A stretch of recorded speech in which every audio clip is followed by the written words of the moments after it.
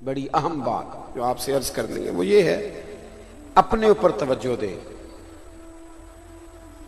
کس پر؟ جی تھوڑا سا بولیں، آپ ناراض تو نہیں؟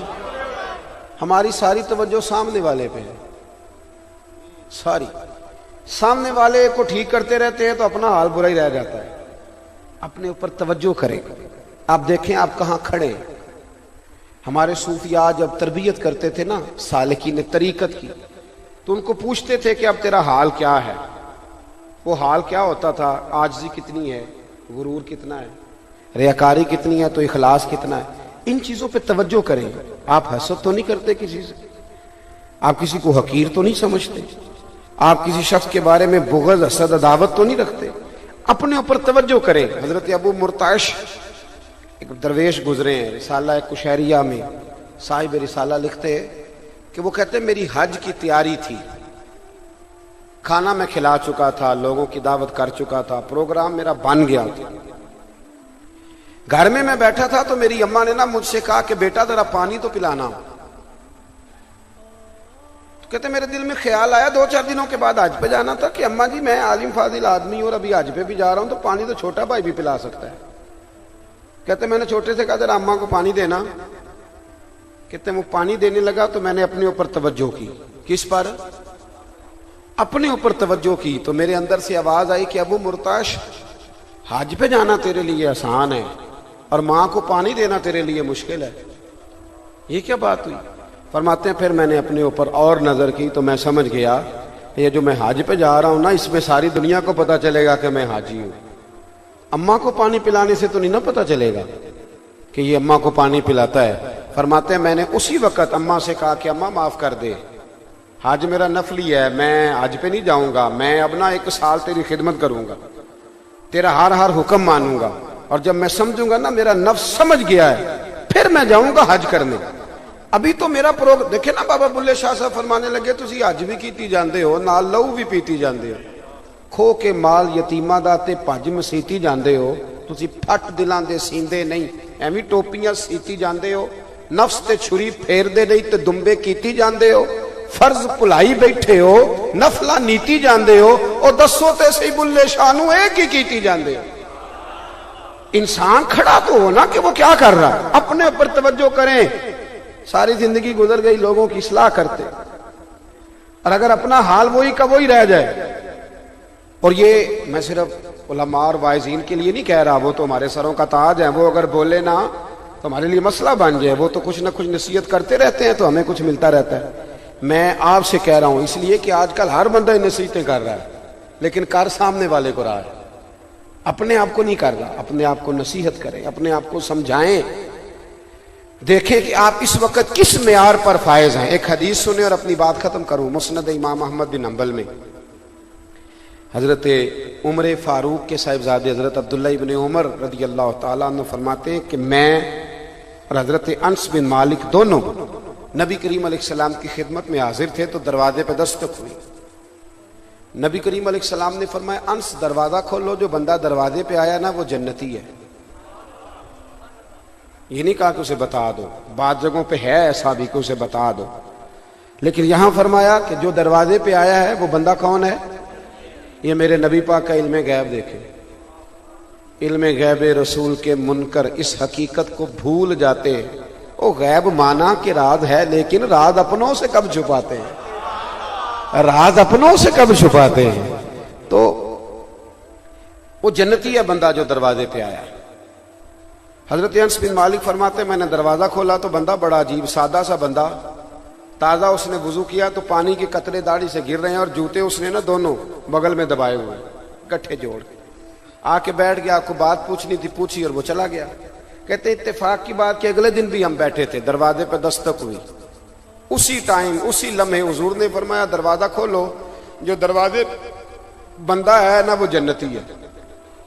آپ فرمانے لگے کہ میں دروازہ کھولا تو اتفاق کی بات وہی بندہ تھا جو کل آیا تھا۔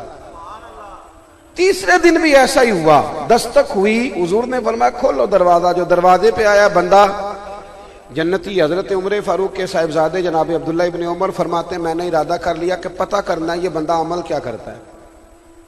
اب تو ہم یہی پتہ کرتے ہیں نا کاروبار کیا کرتا ہے، اچھے عمل کا پتہ ہم تو یہ دیکھتے ہیں کہ جس کا کام چل رہا ہے نا اس سے دکان خالی کراؤ، خود ڈال دو، اس لیے کہ اس میں بڑے پیسے ہیں، یہ سارے کما گیا تو دکان میری، تو یہ کہاں چلا گیا، خالی کراؤ الا ماشاءاللہ۔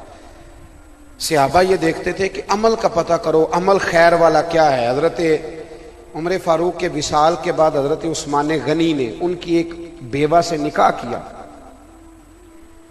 تو وہ آ گئی حضرت عثمان کے نکاح میں۔ ایک دن کہنے لگی میں بوڑھی بھی ہوں، زیادہ خوبصورت بھی نہیں، تو آپ نے میرے ساتھ نکاح کیا، امیر المومنین اچھا ہے، مجھے سہارا مل گیا، پر کیوں؟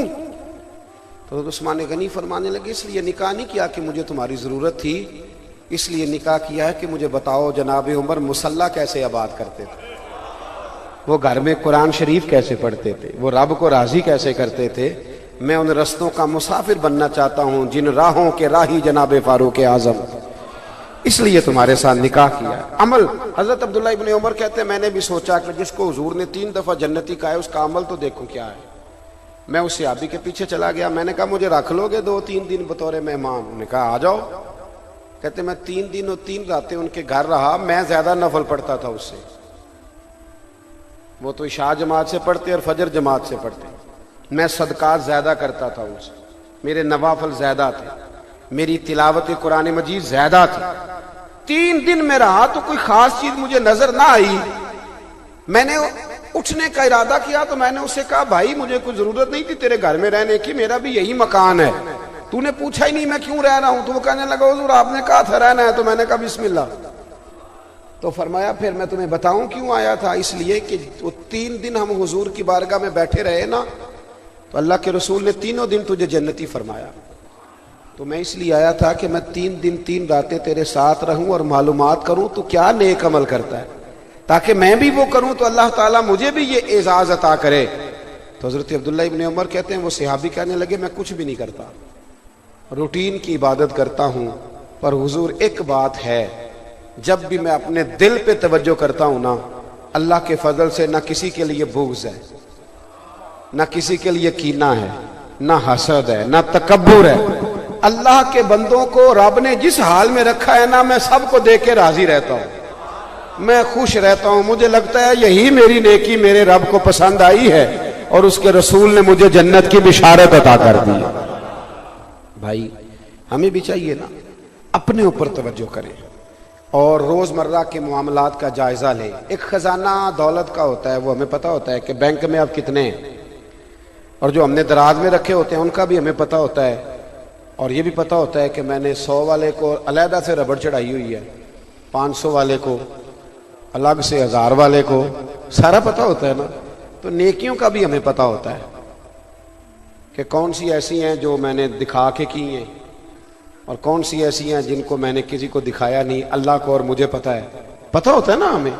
تو اگر اس خزانے پہ روز توجہ کرتے ہو نا کہ اب کتنے بڑھ گئے، تو کتنے میرے پاس ہیں، تو آمدن کتنی، تو خرچ کتنا، تو راز کتنی، اسی طریقے سے نیکیوں پر بھی توجہ کرو، روحانی زندگی پر بھی توجہ کرو۔ یہ جو آپ کہتے ہیں نا میں پریشان رہتا ہوں، پریشان اس لیے رہتے ہیں کہ روح کو جب غذا نہیں نہ ملتی نیکی کی تو پھر روح پریشان ہو جاتی ہے۔ روٹی تو روز ہم کھاتے ہیں بڑی شاندار، لیکن روح کو اللہ کی ذکر کی حاجت ہوتی ہے، ضرورت ہوتی ہے، جب وہ حاجت پوری نہیں ہوتی پھر روح پریشان ہوتی ہے۔ روحانی زندگی پر توجہ کریں، کہاں کہاں کر کے ہمارے اندر کمزوریاں ہیں، کون سی چیزیں ہیں جو ہمیں دن بدن اللہ اور اس کے رسول صلی اللہ علیہ وسلم کے قرب سے دور لے جا رہے ہیں، ان چیزوں کو ہٹا دیں اور اپنی تربیت پر توجہ کریں۔